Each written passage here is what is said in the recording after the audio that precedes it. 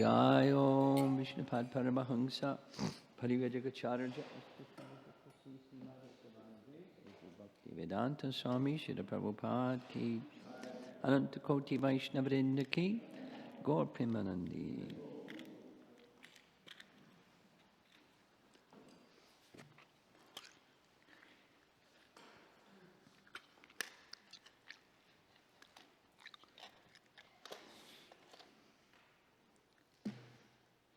Slimmer audience this morning. Not a holiday. Let's see what happens on Christmas Day. Same theme.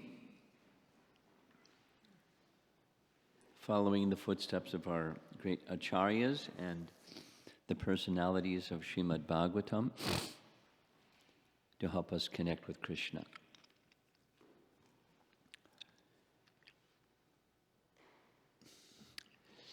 Yesterday, during the Sunday program, we saw this yin-yang image.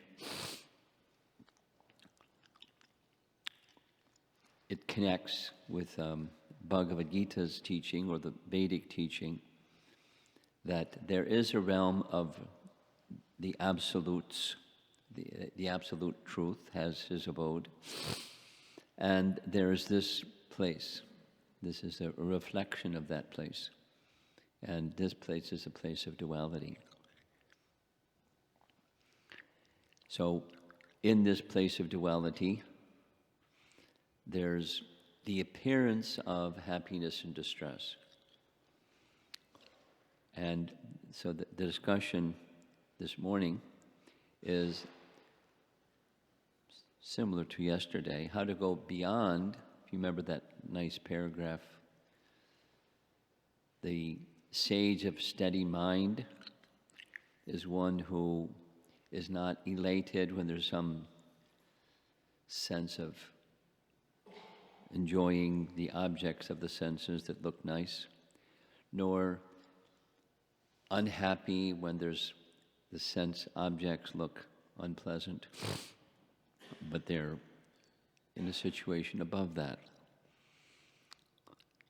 And that's the stage of steady mind, and we're not sages of steady mind yet, at least most of us. So we have to learn something that's preliminary to that sage of steady mind position. And that's accepting the arrangements when it's this or that, and remain balanced or equipoised when it's this or that. And there's some verses and prayers within Srimad Bhagavatam that teach us about this.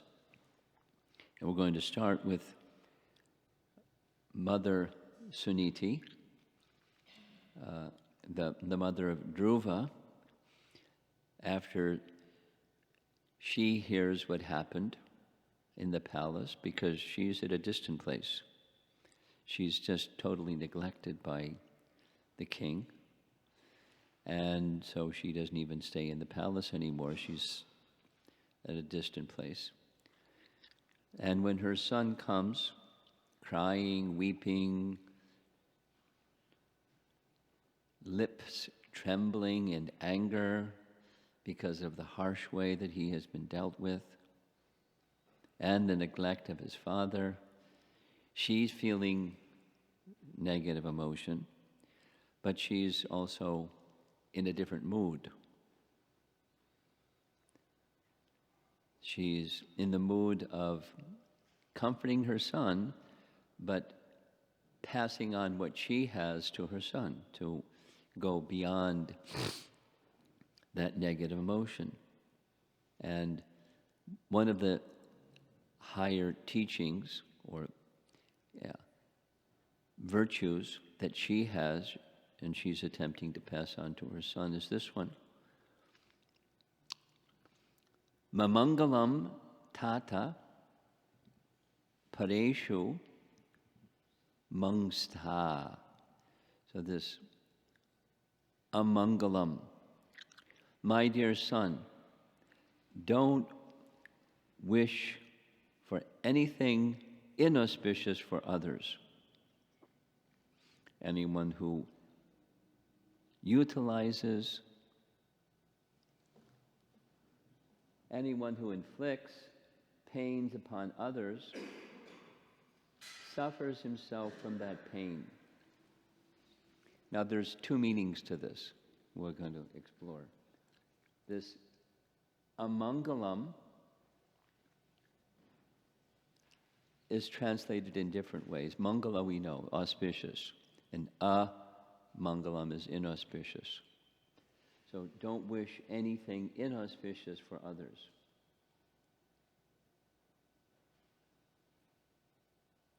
And that means, so that don't feel ill will towards others.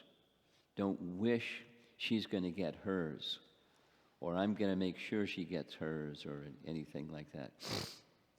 Don't do like that. Don't be in this get back spirit. Don't, similar but different, don't find fault. That's this amangalam message translated by Vishwanath Chakrabarti Thakur. Do not fault find in others, because those who have given suffering to others previously will receive the same in this life. Now that can mean if you wish ill of her, you're going to get ill back. So don't fault find. That's a very important basic teaching about, in this world of duality, there's unpleasant things. And when you see those unpleasant things, you feel some unpleasant emotion, and one of the tendencies, material tendencies, is to fault the source of that negative thing, and that you made me feel bad. It's kind of, I was thinking about it this morning. I learned a lesson with my mother and father. Don't try to explain Krishna consciousness to them, because they really don't want to hear it. And I had that intuitive sense that was saying, if I try to explain, then they will think I'm telling them, you made a boo-boo. You blew it. You didn't teach me properly. And I'm big and you're small, so here's what really the way it is. I intuitively understood that, so I didn't try to say anything. I let them just read Prabhupada's books. Let Prabhupada say it, but not me, because I'm their son. And they bought Prabhupada's books and read Prabhupada's books. But one time visiting in our home, at the dinner table, curiously, my mother asked, "Why are you vegetarian?" And I said, you know, what we're supposed to say. Because the animal suffers. And I decided, even before I became a devotee, that I don't want to unnecessarily inflict suffering on others. So I decided to become vegetarian. And then my mother said, but it says in the Bible that man was given dominion over the animals. And I said the wrong thing. I said, when I was little, you had dominion over me. And my mother screamed and burst out in tears and ran away from the table. And my father said, "You've made your mother cry." I didn't make my mother cry. She decided to cry. Because when things come that hurt, you have the choice to respond. You don't have to cry. You can say, well, hey, that was very interesting. I never thought of that before. That wasn't her response. Her response was the negative emotion, and she just blew up. And then my father was faulting me for causing her to cry. But we know from Bhagavad Gita, never, three things. Never think yourself of the cause of action, the cause of the result of action, or inducing others to act. You can't make anybody cry. You can try to make some people cry, but they're not going to cry. And you can try to not make people cry, and they'll cry. You can't. So rather, everything's being carried out by material nature. And material nature is conducted by three modes. So there's a mode that causes people to cry. And you can't induce that. The modes of nature, Prakriti can do that. That doesn't mean you go around doing mean things because, hey, I'm not the doer. We're responsible for what we do. But other people are responsible for how they respond to what you do. It's a very simple, people just glitch right over it kind of a thing. We're responsible for our emotions. So we have choices. This is a little teaching, really simple. Our karma, well, we're going to see it as we go along. Our karma determines what body we get. And our karma determines what events come our way while we're embodied going down the path of life. How we respond to those events on the path of life has to do with guna. It's not karmically driven. The events are set up by our past, without analyzing what I said and what my mother said and my mother's,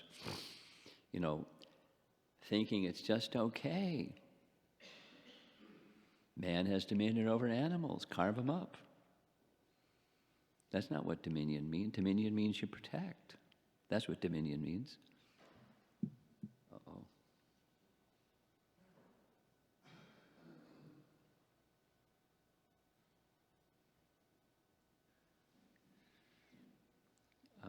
Could you go upstairs and get the power cord?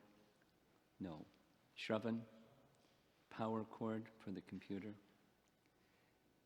There's this little thing saying, my PC ran into a problem and it needs to restart. Could you get the power cord, please? Can you get the power cord from the room upstairs?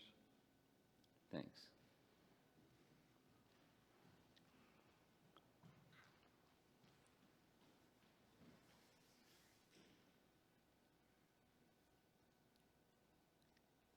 So karma, this whole acceptance of circumstances that Suniti is saying, and others will also say, this, in this morning's discussion,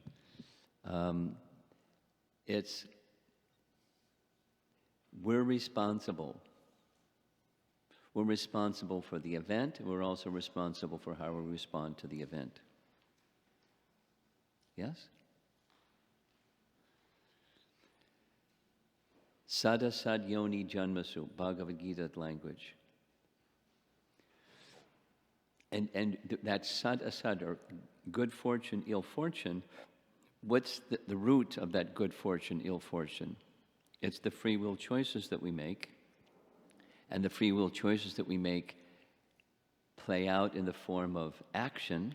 And for action, there's a result. You can say reaction, but there's a result. And the result is we're moving along the path of life, and here comes the result of my past action. And I take responsibility for those things that come my way. This is for one who's not a devotee, and when someone who is a devotee, we're going to hear really nice teaching that says when you're a devotee, the things that come your way are arranged by the internal potency. It's not. Can you plug it in? It's not karma. that as long as you're a devotee. It's not like you wear tilak and a dhoti and a sari and now you're a Hare Krishna devotee. You're a devotee. It means you're dedicating everything to Krishna's service. That's a devotee. So when you're connected with Krishna like that, then good fortune, ill fortune is a whole other picture. And we'll hear as we go along. In that case, the devotee is accepting Krishna's arrangements because he's my well-wisher. Well, I'm waiting for my computer to get well again. One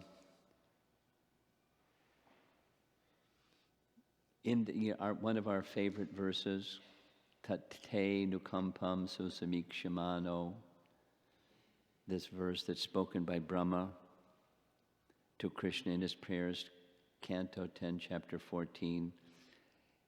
Brahma has just made a boo-boo. He interrupted Krishna's pastimes. Was curious. He wanted to see what's the extent of Krishna's power. So he interrupted Krishna's pastimes. The way he interrupted was he kidnapped the cowherd boys and the calves. That's even in material way, that's criminal. Kidnapping is punishable by law. What to speak of Krishna's pastimes? Big boo-boo. And so he's understanding, I'm going to get a whack. I'm going to get a punishment for this offense. It's not just, a crime. It's an offense against Krishna. So I'm going to get a reaction. And the verse, this one of our favorite verses, because we have bad things happen to us. We do some boo-boo, and we know something's going to come. And maybe we don't even remember what the boo-boo is, but here comes something. And it's uncomfortable. So now how do you respond when that something that's uncomfortable comes your way? This is a fantastic verse. If you're a devotee, you follow the path of Lord Brahma. And the path of Lord Brahma says, I accept. We can do a number of things. You can fault somebody else. This thing happened. My son said to me, when I was small, you had dominion over me and you didn't make me your meal because you had dominion over me. How insulting. So, but it was a good lesson for her. She just didn't take it that way. And I stopped, even when they asked questions, I didn't even get into it. Because I understood it was a minefield. And the minefield was, I'm big, you're small, let me tell you the way it really is. And you messed up. I wasn't meaning that, but that's how they were taking it. So don't ask me questions. No, there's other ways to respond, but that was at least mom and dad.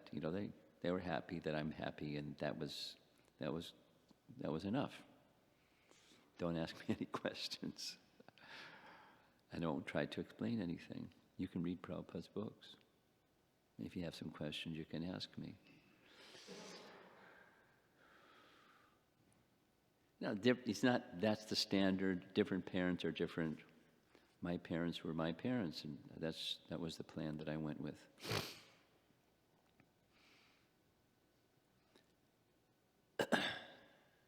So, when misfortune comes your way, how do you respond? And, the beginning instruction of Bhagavad Gita is you tolerate. There's duality. Matra sparsha stukonteya situshna sukha dukkada. Tongues to tiksha swabharata. You just tolerate it. because it's the nature of the place. It's a place of duality. Wait a while. It's one of the lessons for stress management or people that counsel those who have depression is wait a while. The night will pass and the sun will rise in the morning. That emotion is temporary. It's the message. And then another is that emotion is not you. You're the observer of the emotion, but the emotion is, material consciousness, you identify with the covering, and I am that emotion. I'm angry, or I'm sad, or I'm whatever it is the emotion is. That's me. It's not you. That's knowledge and detachment, mentioned yesterday. Jnana Vairagya, knowledge and detachment. Let me go back to the presentation. The computer got well again.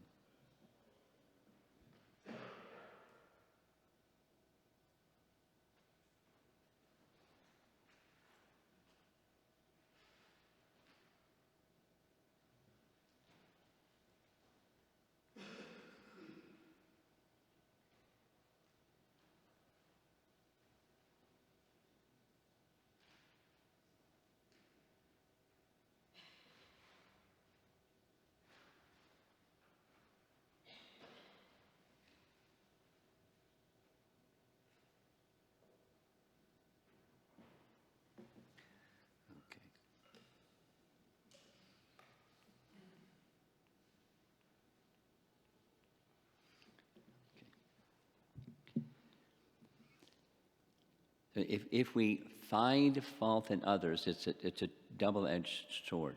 If you find fault in others, I want to blame them. That act is involving you in karma. You're buying into the karma program by blaming others. Don't blame others. Don't fault find. It ties you into karma. And another understanding is this one. Do not fault find, amangalam, in your stepmother. Do not find fault in your stepmother. You have experienced the result of sins you have committed in previous births, since the person who gives suffering to others in a previous life receives it back in this life. Take responsibility for your stepmother's harsh words. Now, it's not like the behavior of harsh words is okay.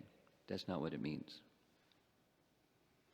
We don't speak harsh words, and when harsh words are spoken to us, somewhere back there, we don't know, something back there, we dealt with somebody in such a way that here it comes, the reaction of my free will choice sometime in the past.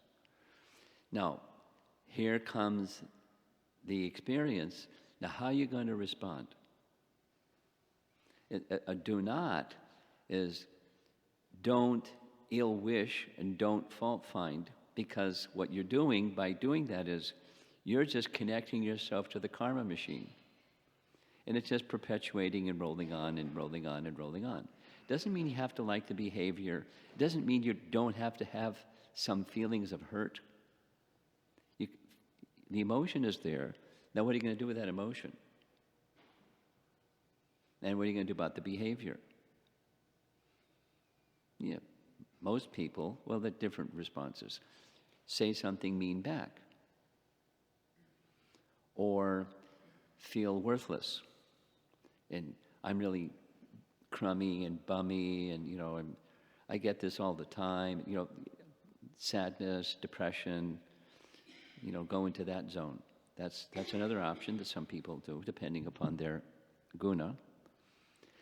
The advice that Suniti is giving and the Bhagavatam is giving us is don't do either one of those. Don't go into the negative zone and don't go into the throw it back zone. be in this position of accepting the instruments of our own karma. I've said this so many times, but it's a nice story. Peter Burwash was the keynote speaker for a number of years at the Festival of Inspiration. I gave it a nickname, the Festival of Precipitation, because every year when they had this event, it would rain in New Vrindavan. Now they have a different gathering. But Peter Burwash was the keynote speaker. Peter Burwash is a celebrity of sorts. He has written many books in the field of motivation. He's a motivational speaker for Fortune 500 companies. He's a celebrity of sorts. And he would share that every day in 364 days of the year, he would spend 10, 15 minutes preparing his presentation for the Festival of Inspiration, the keynote speech, because it was a service that he was offering to Prabhupada and his followers. So one of the stories he would tell every time is this one. He started taking part in Krishna consciousness in Hawaii. At that time, he had a company.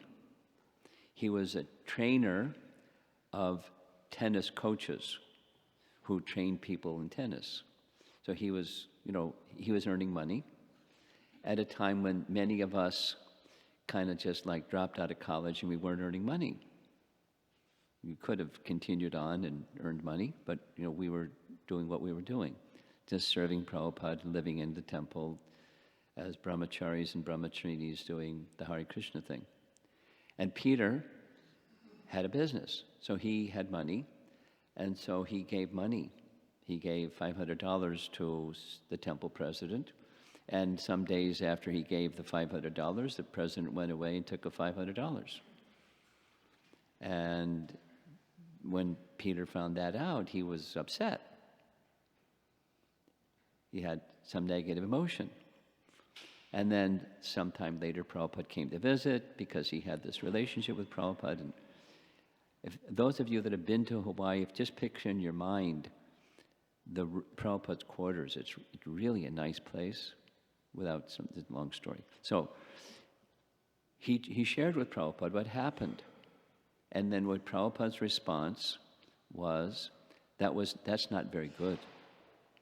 And then he said, but you're no better if you blame the instrument of your karma. Now, what a thing to say when, I don't know if I could say that, if somebody just had, they had a really unfortunate thing happen, don't blame the instrument of your karma. But that's what Prabhupada said. And it stuck. He was able to receive it properly, and it stayed with him, and I'm just passing it on. So there's instruments of our own karma, and that's what Suniti is saying. Your stepmother spoke harshly because somewhere back there you did something harsh to somebody, maybe her or somebody, and it's coming back to you. So don't blame the instrument of your karma. Now, what do you do if you don't blame the instrument of your karma? What's left? You decide how you're going to respond instead of blaming the instrument of your karma. There is an option. We're responsible for our emotions. We can't blame others. You hurt me. It goes on all the time in conversation, or even if you don't say it, you feel it. You hurt me. That was my mother. I didn't hurt her. Come on. Don't inflict pain upon animals. That's not hurting her. Anyway, here's Vishwanath saying, Suniti was saying to Dhruva, she was also hurt. Not only, what happened to him, but what happened to her. She was just neglected. And indirectly, she didn't say these words, my weeping has been written on my forehead, by the Creator since birth. That is, she was neglected by her husband. Those of you that are married, so imagine you're just neglected by your husband. You're not even in the house. You're just like somewhere else. Now, that's not nice. Doesn't mean that the behavior is nice, that Uttanapada was neglecting her. Doesn't mean the behavior is nice. Doesn't mean that you can't have a negative emotion about being neglected. But there's this principle of acceptance. And then you can decide what you're going to do. Once you have accepted the event, life threw rocks at you, and it hurts. You accept. This is a counseling point when people are going through depression. I mean, some people can't hear it. You can't say it to some people, but that's part of how negative emotions get resolved. You just accept it. It's part of this duality thing. And I'm responsible for this asat, this misfortune. Now what am I going to do about it? Suniti decided, my son is the firstborn. He is entitled to become the king. I'm not going to be in this, huffy position. I'm just going to be quietly take care of my son. And one day he'll become the next king because he's, according to our culture, he is to be the next king. So that was the decision she made in the midst of this acceptance. So we don't have to do what she did. We have to make decisions about how we're going to respond. This is one of these messages from the Dhruva seminar. React or respond. And while she's accepting, she wants her son to be happy. So she provides the means for her son to be happy to her capacity. Here's another scriptural example. This is, as you can see, it's from the Canto 1, Chapter 18, the story of Parikshit Maharaj draping a dead snake over the sage's shoulders because he didn't receive him when he was absorbed in meditation. So, Prabhupada's comment, the devotees of the Lord are so forbearing that even though they are defamed, cheated, cursed, disturbed, neglected, or even killed, they are never inclined to avenge themselves. Now that's the elevated position of devotion, but that's the Bhagavatam's instruction for us. It's actually not a purport, it's a verse. So this principle of acceptance, some of you have seen this slide before. Credit for the message that you're about to see goes to Adipurusha Prabhu, who's one of the Bhakti Shastri teachers in Vrindavan, very learned person. So this language is his. When we don't accept an undesired event, it becomes anger. When we accept it, it becomes tolerance. When we don't accept uncertainty, it becomes fear. When we accept it, it becomes adventure. Like a life of sannyas, it's really quite an adventure. When I wake up in the morning, I have to figure out where I am. Because I don't, it's a different place regularly. When we don't accept others' bad behavior toward us, it becomes hatred. When we accept it, it becomes forgiveness. When we don't accept others' success, it becomes jealousy. When we accept it, it becomes inspiration. Acceptance is the key to handling life well. So this is a little seminar that he gives each of these points on Bhagavad Gita. and I haven't heard his seminar on how these points connect to Bhagavad Gita's message, but it's a good message. It's in the Bhagavatam explicitly. So let's continue and see how it's in the Bhagavatam explicitly. This is after Suniti instructs, then Narada instructs Dhruva. And Vishwanath's translation of this verse: one by intelligence should be satisfied with whatever amount of happiness and distress is attained by one's actions in previous lives, understanding that karma produces results under the direction of the Lord. So if you're faulting what happens, you're faulting the Lord, because somebody is the instrument of the Lord.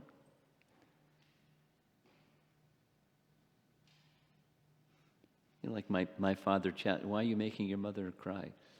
You know, that was the Lord speaking. I have to be very careful with my mother because he has triggers, and I don't pull her trigger. Okay, thank you. You've seen this illustration. This is a BBT illustration. The details of it are very interesting, but it's mostly distress. And the image, material existence, is mostly distressful, although people keep going for it because they think there's some happiness in there. And a similar phrase from the third canto Bhagavatam, this is the source, canto 3, Karma Nadaiva Trena. Anyone who's heard Srila Prabhupada speak, he referred to this phrase again and again and again. It's used in reference to which body you get. It's karma. And which body you get is Daiva Netrena. It's under the supervision of superior authority. But it's not just the body you get, it's just, the stuff that happens. When you go along each day, there's some unexpected things.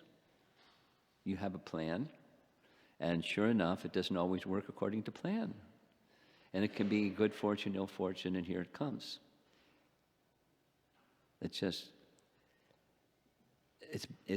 That's by divine arrangement, Daivine Trena, but it's driven by your karma. So we accept things that are driven by our karma, because what are we going to do anyways? It's driven by our karma. We two things. We choose how we're going to respond to whatever that thing is. And second is we try to make wise choices going forward in time about what we're going to do. Not only about, the stuff, but, what's the mission of our life? We can choose that. It's not karmically destined that we're going to become something or other.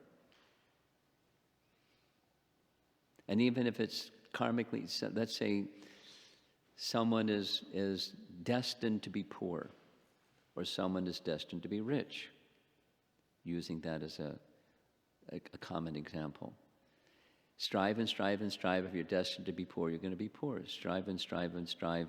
Or don't strive so much. The person who's destined to be rich, they're born with a silver spoon in their mouth, using Prabhupada's phrase. Now, how they're going to utilize that wealth, that's another thing.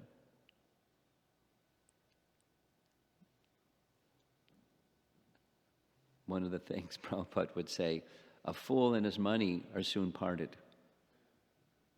It may be your destiny to get some wealth, but if you're a fool, then bye-bye wealth. So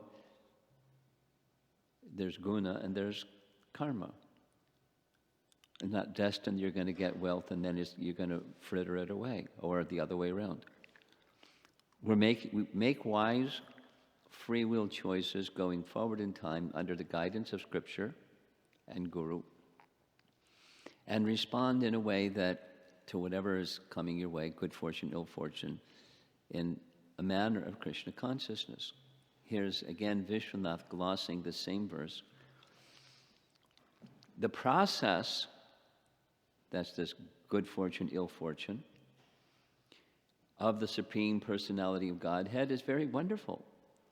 One who is intelligent should accept that process and be satisfied with whatever comes, favorable or unfavorable, by his supreme will. Now, when you accept doesn't mean you're a blob. You're like a stone and you don't have any emotion, you're a blob.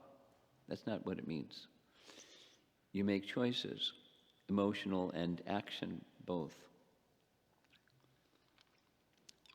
Further, this is again Narada speaking, similar message. You see highlighted here is toshayan. Tosha means become satisfied. One should try to keep himself satisfied in any condition of life, whether distress or happiness, which is offered by the supreme will. Very similar message. A person who endures in this way is able to cross over the darkness of nescience very easily. This is the acceptance message. So this is Narada to Dhruva. And how do you remain satisfied? Well, it's similar to what we discussed yesterday. Remember that opening slide, the sage of steady mind. Because the mind is reading happiness and distress. That's where the emotion is situated, in the mind.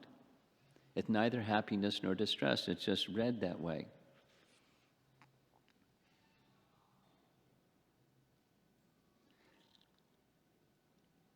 The lock system. Pretty loud. The satisfied is rooted in, I have a relationship with Krishna, and I'm satisfied in my relationship with Krishna. Yenatma suprasidati, right? Suprasidati. I'm satisfied, completely satisfied in my relationship with Krishna. So here comes some good fortune, here comes some ill fortune. It's not going to budge me from my relationship with Krishna, it's my real happiness, it's my real satisfaction. Now I'm going to decide how to deal with this good fortune, ill fortune circumstance. And that's the position of being satisfied, the stage of steady mind. Guided by intelligence. And that intelligence is how to go to Krishna in this place of duality that we live in. Vishwanath writes, the key to surpass samsara is acceptance of current condition and remain determined to move into Krishna consciousness. Now, he doesn't use Krishna consciousness. Satisfying himself amidst happiness and distress with these experiences, which are given to him by karma, the embodied person surpasses samsara. Let's say it negatively. Supposing you don't accept. Supposing you're not satisfied in your relationship with Krishna. You're buying into the duality program, the karma program, and the samsara program. That's a choice. Bhakti has the power to move you to the right choice. And we have to receive bhakti and nourish bhakti in the proper way. That's the message. So this is the final verse, our famous one. Let's say it together. Tate nukampam susamikshamano punjana evatma kritam vipakam ridvagapurbir vididhan namaste jiveta yo mukti pade sadayavat. Now, it's color-coded. Jiveta is really interesting. Jiva Goswami says, what this means is all you have to do is live. Like the sun, this is Prabhupada's rendering, in Indian culture or in Vedic culture, the son inherits the property of the father. All he has to do is survive the father. Of course, he inherits the debts of the father too. But you inherit the father's property. All you have to do is survive, jiveta. So in the case of bhakti, just survive in your commitment to being in Krishna's shelter. And you will inherit the property of your father. What's the property of your father? In the case of Brahma, it's the spiritual world. Who is his father? Garbhodaksha Vishnu. You go back to Godhead. Just stay fixed in this principle. That's this anukampam. That's he waits for you to bestow your causeless mercy. And susamikshmano is earnestly waits for you to bestow your causeless mercy. Vipakam, that's reactions. So I do stuff, and there's a result, good and bad. So you just accept the good and the bad, the reactions. His past misdeeds, that's the bad stuff. Atma kritam. So,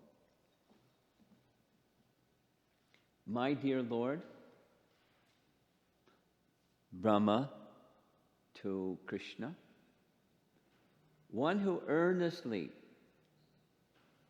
waits for you to bestow your causeless mercy upon him, all the while patiently suffering the reactions of his past misdeeds and offering you respectful obeisances with his heart. That's the acceptance and progress. Stays fixed in devotional service. Obeisances with his heart, words, and body is surely eligible for liberation. Mukti pade. For it has become his rightful claim. Very important verse. When next time you're distressed or you know somebody is going through some distress, may happen, this is a good verse to remember for yourself, and depending upon where the person is at, what space they're in at the moment, it's good to remind them of this verse, of the principle. Stay fixed in bhakti. There's this just recently happened. Somebody's mother died unexpectedly in India, and the person whose mother died had to rush off and deal with all the negative emotion of all the family members and relatives and their own. So somebody was very close to that person whose mother died, and they wrote to me saying, I'm feeling fearful and lots of anxiety. What should I do? So I was in the midst of 18 things, so I said, your counselor, your advisor, see if they can help you. So they wrote back, said, just take shelter of Krishna. I don't know if he referred to this verse, but that was his message. Death is inevitable, and when death comes, it's inevitable. What are you going to do about the inevitable?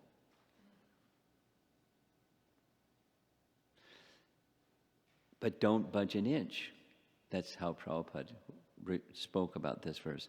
Brahma's commitment, I will not budge an inch from my commitment to the lotus feet of Krishna. Here comes this adverse circumstance. It hasn't come yet. He knew something's going to come. I've done a big boo-boo, and I'm going to get a big reaction. I offended Krishna. That's a big boo-boo. And something's going to come, I accept it. That's what Maharaj Parikshit did when he knew, as he's going back to the palace, having put the snake around the sage's neck. Why did I do that? Big offense. I'm going to get a big reaction. And in his heart, he had already resolved, whatever it is, I'm just going to accept it. When he found out what it is, he accepted it. He took some action after accepting it. He could have tried something. Reduce, counteract, something. He just accepted it. Now that's what he did. So we can make, when you accept, then your intelligence is freed to make prudent choices. If you're not accepting, what happens? The intelligence gets really bewildered. You don't know what's what. You think maybe it's this and maybe it's that, and very fearful, very lonely, very isolated, very like, space. So, what does the future hold for us? Who knows? Some people say, well, it's just destined. I was going to become a Hare Krishna devotee, and so I became a Hare Krishna devotee. And some other people, it's just not destined, and so too bad for them, because it's just not. But we're the architect of our own destiny. Here's a painting of Prithu Maharaj when he's becoming coronated the king. Here's Lord Shiva offering him some scepter that he'll use as the king. Lord Vishnu is there. And he knows that Vishnu wants to give him a benediction, and he's saying, you know what? Whatever he wants. This is the Sanskrit. Yatha chared bala hitam pita svayam. As a father, not waiting for the son's demand, does everything for the benefit of the son. Please bestow upon me whatever you think is best for me. I'm ready. And it can be this or that. In the case of Chitraketu, he became very elevated Vaishnava, and he was cursed by Parvati. What did he do? I accept. Indra, because Krishna wanted to help him overcome his pride, Krishna did what Krishna did, and he was accepting the kindness of Krishna in overcoming his pride. This verse, Prabhupada writes in Nectar Devotion, this tat te nukampam, this is from Nectar Devotion. This statement of Srimad Bhagavatam should be the guide of all the devotees. That is the only solace. If the devotee passes his days in that spirit, it is certain that he is going to be promoted to the abode of the Lord. So, it's good advice, right? Here's Jiva Goswami commenting. All you have to do is simply be alive in devotion, alive and awake in your relationship with Krishna. And this is our last text. This is Vishwanath Chakravarti Thakur's explanation. Now that other processes have been rejected, that's the first 7 verses. This is number 8. And bhakti accepted as the process to attain Bhagavan, the process of bhakti is described. The devotee understands that the happiness and distress that he experiences due to performing bhakti and committing aparads are the mercy of the Lord. It is like that father who sometimes makes his child drink milk and sometimes makes him drink bitter nimba juice. Neem juice is bitter.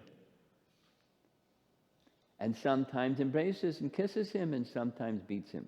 The devotee thinks that this is the arrangement of the Lord working for his benefit. Quote, the Lord knows, and I do not know. Karma and time have no effect on the devotee, so it is his personal arrangement. By his mercy, he sometimes gives me happiness and sometimes gives me distress. considering how to engage me in his service.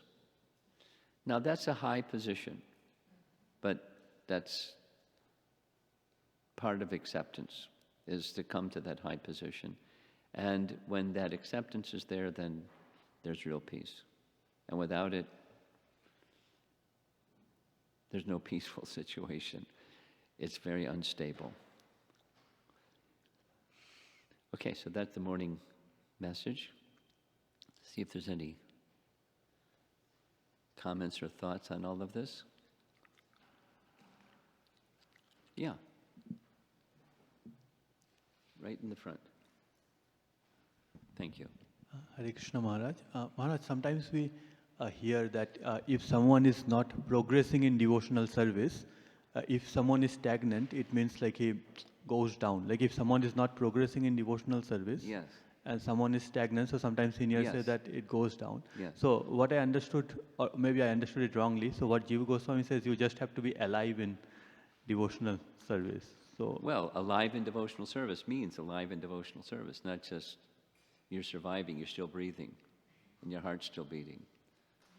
Alive in devotional service. so it means like progressing in devotional service, that's what it. Of course. Well, yes, yes. Okay. At least trying. At least trying. Okay, yeah. Okay, so basically like somebody should not misconstruct to think that, okay, like alive means, okay, whatever I was doing 10 years before also, I was doing this much chanting or Right. this much service. So after 10 or 20 years, like your chanting or service should Take a increase. vacation.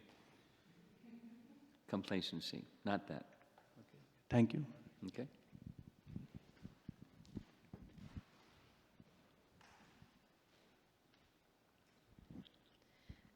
Guru Maharaj, from the verse of Lord Brahma, when you were reading that verse, the relationship between the second part of the verse, which is directing his attention toward progress, and he's anticipating that the reaction is going to come, and he's proactively redirecting his energy toward being proactively on the side of being, the aspect of progress. So one of the things that I was kind of relating with the class that... Speak slower. Sure. I'm straining to hear, and it's hard to hear. Slower and stronger. Sure. So this, Not the whole thing, just forward. yeah, moving forward. So this aspect of acceptance, like when you were talking about that, how the devotee sees is the internal potency acting, but that depends upon when we are actively acting as a devotee, not just behavior, but really having that consciousness. Then it's internal potency. Otherwise, Then what? Then it's the internal potency, not the karma acting. I'm not sure what you're saying. So, Let's go to the Peter Burwash story. What the person did, took his $500 and ran away with the $500. That wasn't the internal potency. That person was in Maya, and that person is responsible for his choices. But now that person was also an instrument for Peter Burwash. And Prabhupada wanted him to understand how to see that event. The behavior was, unlawful and sinful. He stole Krishna's property, not just Peter Burwash's property. So now, back to your question, using that example rather than your own, say your question again. So my question is like, I see myself struggling with the aspect of acceptance, and one of the way I'm relating is that if the acceptance becomes goal, then it's like... If the acceptance becomes... Itself is the goal, that the goal is I want to stay... The goal, at if acceptance becomes the goal... That I need to come to that level of acceptance. That's not the goal, that's a step. Right. So the focus if the focus remains on progress and being proactive in progress, that helps in coming to this place. Exactly. Say it reverse.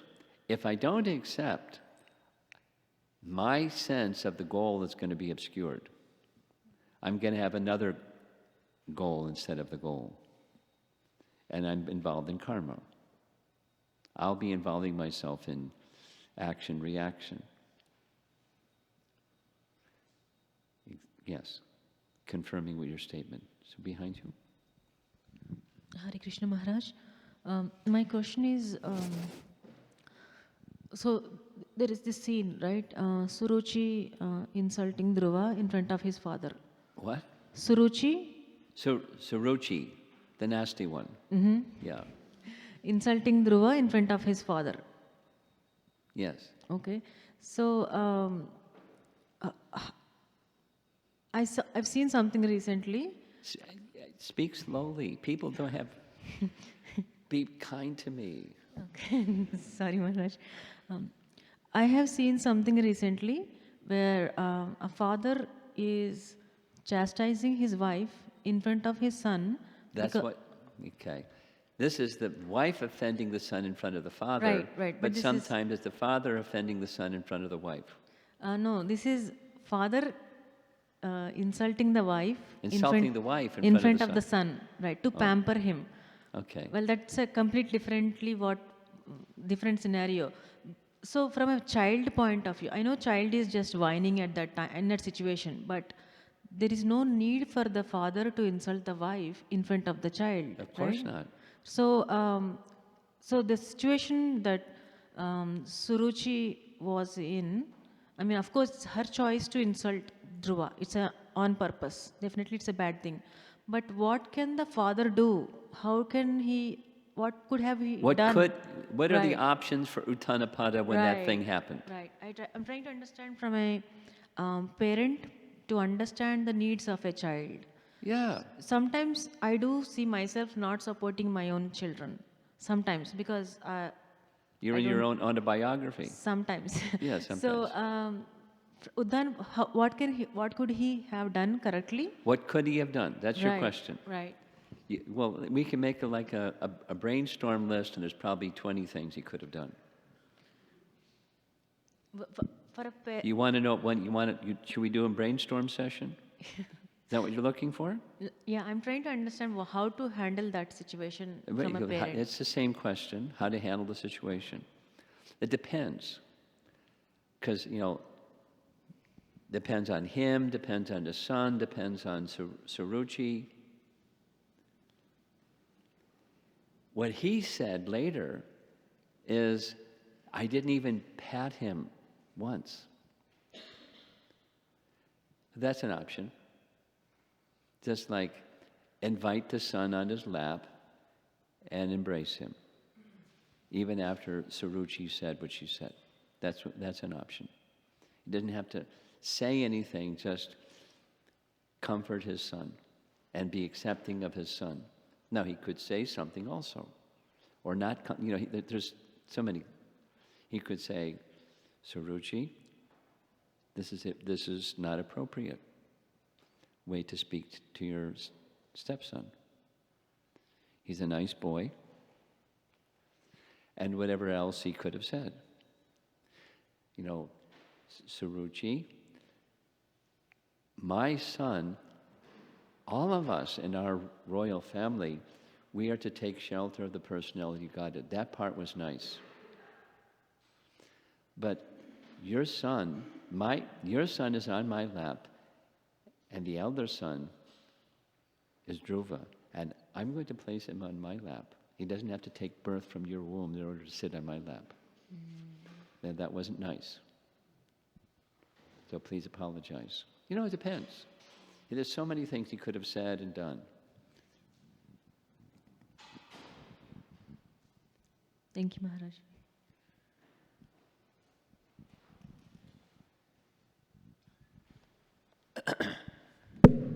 Thank you, Maharaj. I was remembering in your narration how Narad Muni's mom passes, and he seems to appreciate that. And I was wondering if that, from acceptance, is it necessary to move into appreciation, or is acceptance enough to then see Krishna? I'm not sure what you're asking. If you remain silent and just internally you're accepting, is that enough? Is that your question? I guess I'm implying or seeing, at least in the case of Narad Muni, when his mom passes, that he appreciated this is an arrangement of Krishna for me Yeah. to come closer to him. Yeah. So we can imagine, we don't hear from Sutta Goswami particularly. Slowly, please. We can imagine what? We can imagine that Narad Muni moved through some emotions Yeah. to come to that place of appreciation. Oh, yeah.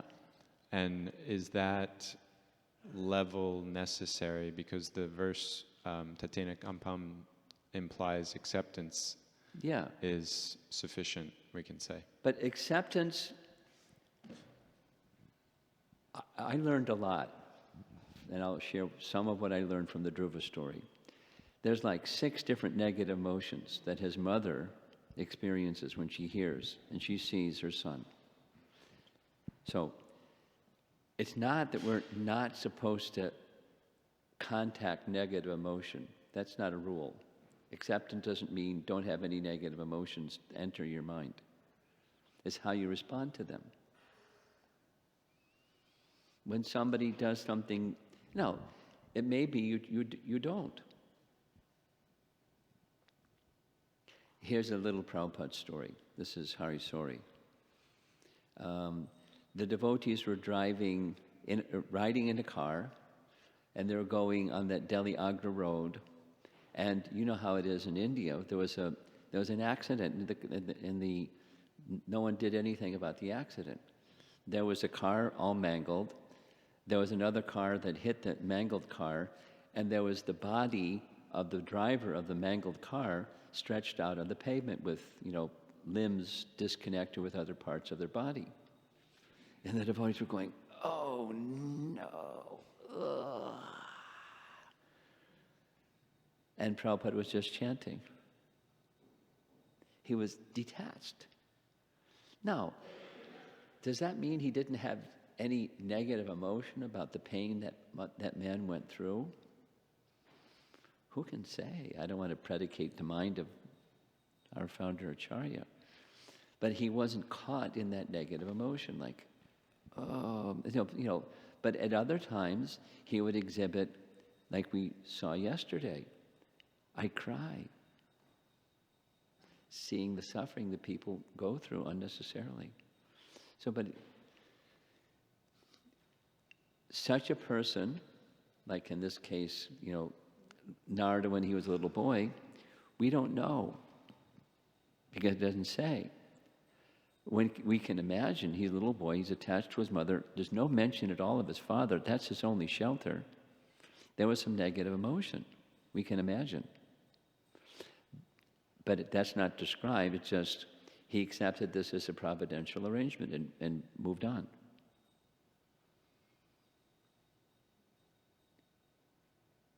So, does that answer your question? I see a lot of hands up.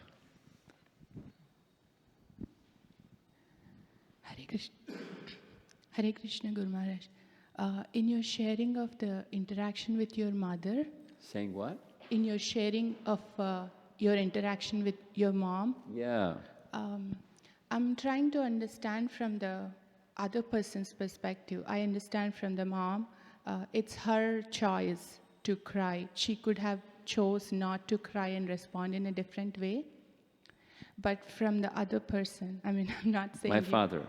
No, from your perspective, I'm saying if I am in that position of, from their side they can understand I'm the instrument of Krishna, but from my side, what precaution? Sometimes I may not even intend to cause that suffering or anger or whatever it is. Yeah, I wasn't intending. Yeah, exactly. So from that side, how do we understand or what should be our mode?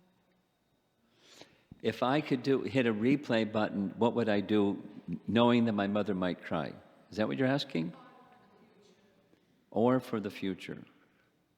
Well, for the future, I decided to just, button my lip. I'm not going to volunteer anything. Because there's landmines out there, and I don't want to blow anybody up. Not myself, or and the relationship. I don't want to. So let them just be happy that I'm happy. That's the decision that I made. Now, I could have gone through the landmine. That was a choice. And then if somebody gets blown up, somebody gets blown up. But maybe it's good that they get blown up because they have some misconceptions. That was an option. I chose not to. That's me and at least my mother and father. My siblings, that's another story. But mother and father, there was already, my reading was what it was. There's already sensitivity. I have to be really careful. So the way I'm going to be careful is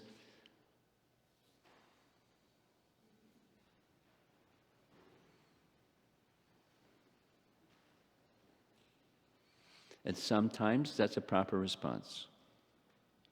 Now, sometimes it's not a proper response. Sometimes. So,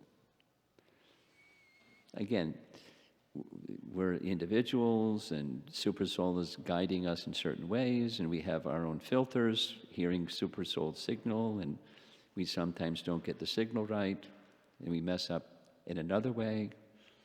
Maybe I messed up in another way. I could have stepped on some more landmines and let them get some light instead of darkness. That's a possibility.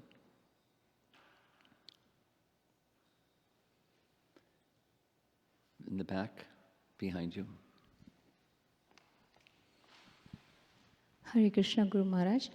So, in the light of today's message, I'm not able to reconcile how in Mahabharata Bhima took a vow to drink the blood of the Shasana, like acceptance is the message. So mainly my question is, what are the circumstances when we are really supposed to act? What does Krishna wants? Well, Bhima's Bhima. You're not Bhima, and I'm not Bhima. So he's a Kshatriya, and it's a Kshatriya's duty to punish when someone has made a severe transgression, or commensurate with transgression. You don't just it's not an option for a Kshatriya. You just tolerate. Prabhupada describes this so much in Bhagavad Gita specifically. Arjuna is saying, I'm out of here. And Krishna is saying, what? This is your duty. These are transgressors, punishable by law, by Vedic law. And you're qualified to administer, and you're not going to administer? How has this weakness of heart come across you? So you have to become violent. That's the language Prabhupada was using. You're speaking nonviolence.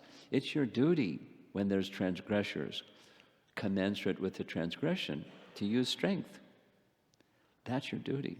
So now, drinking blood, I don't know if that's part of the duty.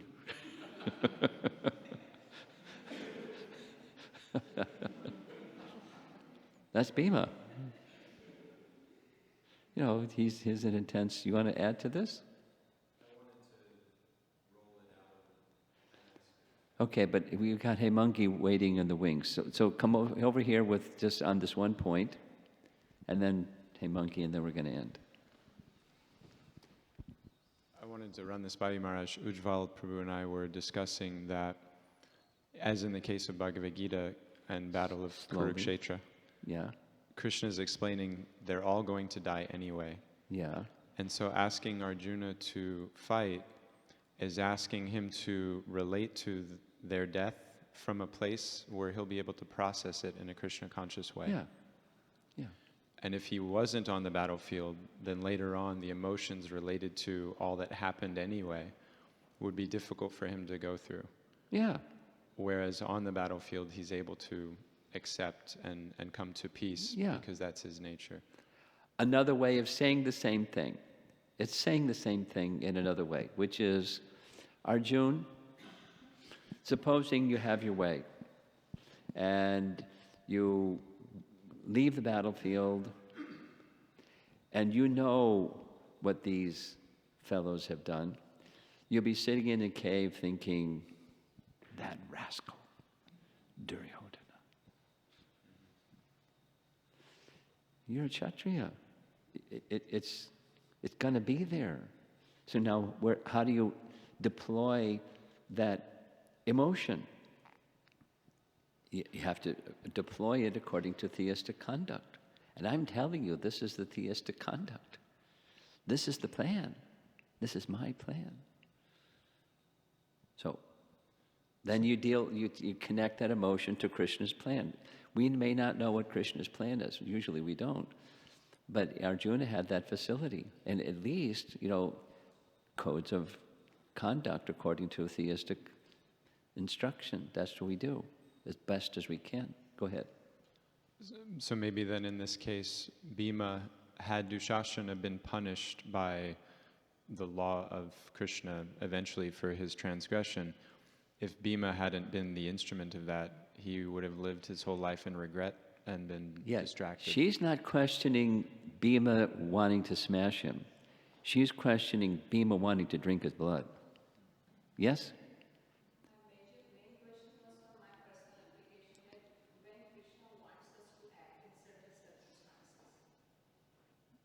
Well, do you have a super soul channel in your heart? So when you do, then you know that's what Krishna wants. But there are some things that we know that Krishna wants. And we do those things. And that's the doorway that we go through. Let's take a real simple one. 2 simple ones. 3 simple ones. Chant. Distribute books. Distribute prasadam. Any doubt? Is that what Krishna wants? So you do those things. And the things you're not sure about, you hit the pause button till you keep asking, Krishna, what do you want? Okay? Last question in the back. Guru Maharaj, let me see if I can articulate my question. It's already answered? No. No. I'm in a situation, it's difficult, and some level of acceptance is there that the individuals involved in this situation are the instruments of Krishna. I see that. And when that acceptance is there, a part of me says, do I have to be involved in this situation? Because the others who are involved, it seems like they're playing the chess game. You make this move, then they're making the next move.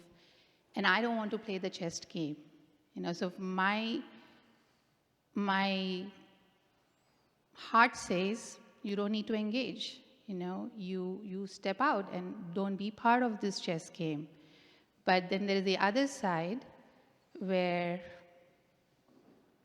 maybe I have certain responsibilities and certain duties, and especially when I see that what's happening is not right towards, especially when it's targeted towards somebody very specific, that's very dear to me, then I feel that maybe I shouldn't walk away.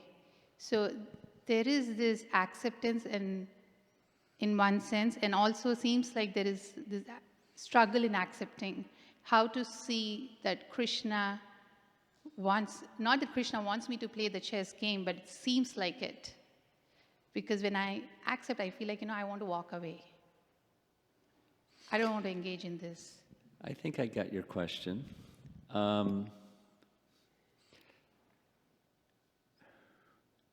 I know what my answer to that is, but it may not be your answer to that. And a simple phrase is, displace dysfunctionality with functionality.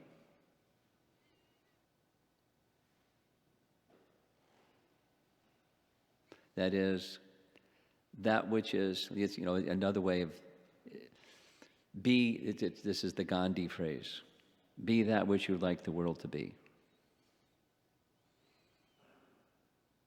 You know that one. So I like that one.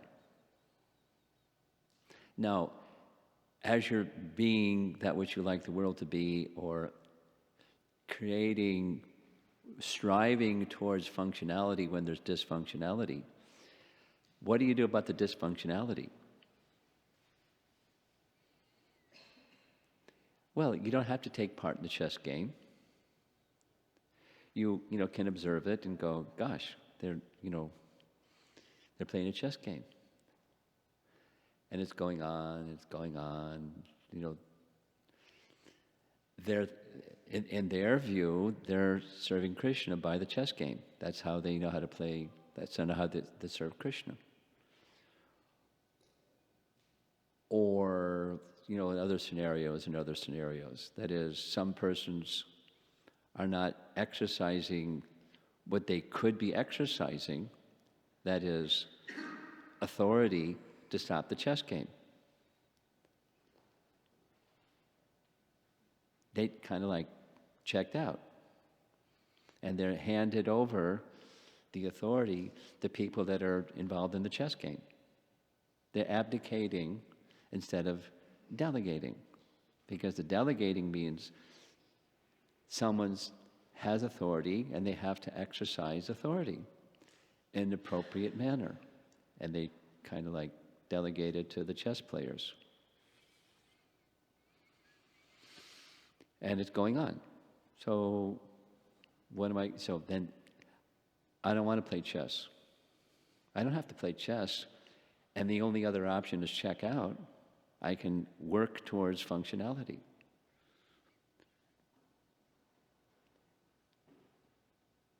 Now, that takes a lot of, let's, just use the word tolerance of the dysfunctionality.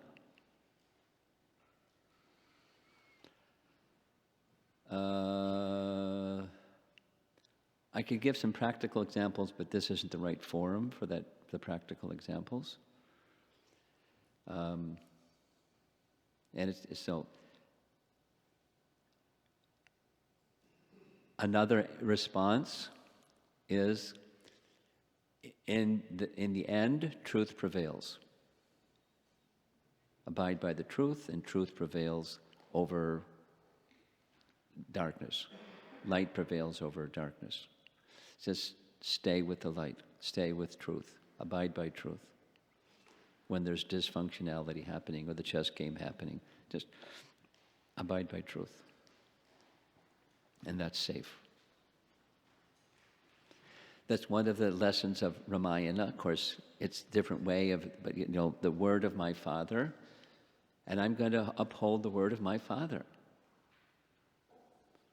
And different persons tried to dissuade Ram from that, and he wouldn't budge. It's a virtue. It's one of his chief teachings by his example. Abide by truth. Satyam. And just stay there.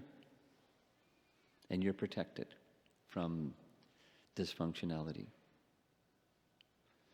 Krishna's protection, Ram's protection, the Bhagavan's protection. Just stay there.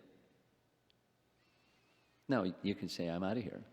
Is that abiding by truth? Hardship may be there to abide by truth. Ram endured hardship. No problem. I will not depart from truth. That's, one of the things that he said to Sita, like really intense. Really intense. He said, I can give up my father, I can give up my mother, I can give up Lakshman, I can give up you. But I can't give up keeping my word. This, this principle of abiding by truth. Like, whoa. It was, that's, what does that look like? It's going to look different for different individuals. So now, Okay, what's truth? Well, I have to be true to myself, and I don't want to play chess, so I'm out of here. That's truth. That's, one sense of truth. But then, is that, what's the standard of truth? What does our founder Acharya want of us? What does Chaitanya Mahaprabhu want of us? When there's hardship or dysfunctionality or chess playing, people that shouldn't be playing chess, they should be acting decisively. This, what Krishna says to Arjuna is, how has this petty weakness of heart overcome you? You want to check out? You have a duty.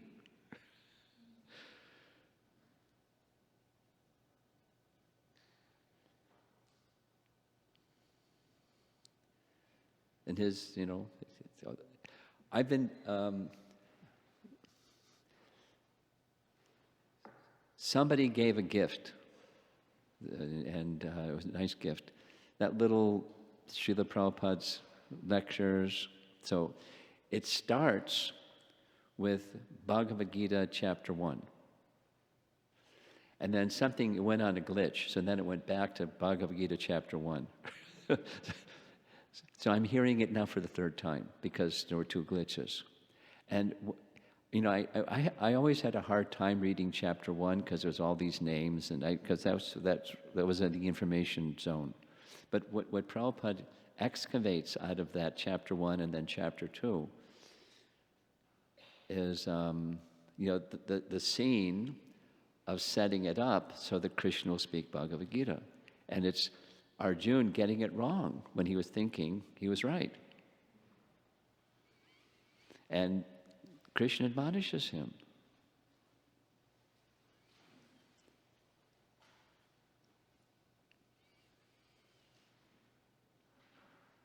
Even before so that was the message yesterday for the Sunday program. There's disturbance. What was Prabhupada's word? It wasn't turmoil, disturbance, some other word. In the world, and it's perplexity, that was the word. And when there's perplexity, what do you do? Because I'm perplexed, I don't see. And that's the situation where one needs instruction. And so Krishna's giving his instruction. He takes shelter of Krishna, and Krishna instructs him. And he just accepts. I mean, he has, well, wait a minute, what about this, what about that? So he wants clarity. But then he's ready to fight, which is his capacity. And, going back to the Devamadava suggestion, which is Krishna already showed him, it's a done deal. These persons who you're concerned about, they're not going to leave the battlefield anyway. We'll go back to your metaphor, the chess players, the Duryodhana and his brothers. They were playing really dirty chess.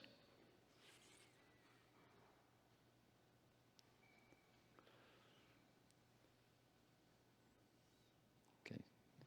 Not easy. Not easy. It's easy to talk about, then it's another thing to go through it. But Srila Prabhupada ki jai.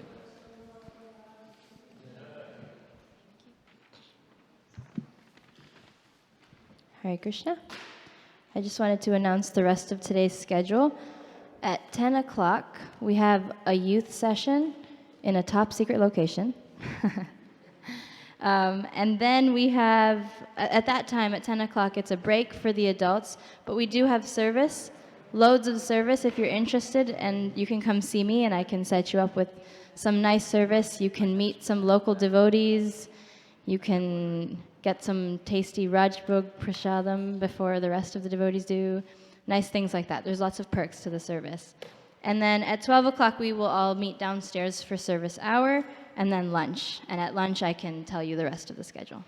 Thank you. Hare Krishna.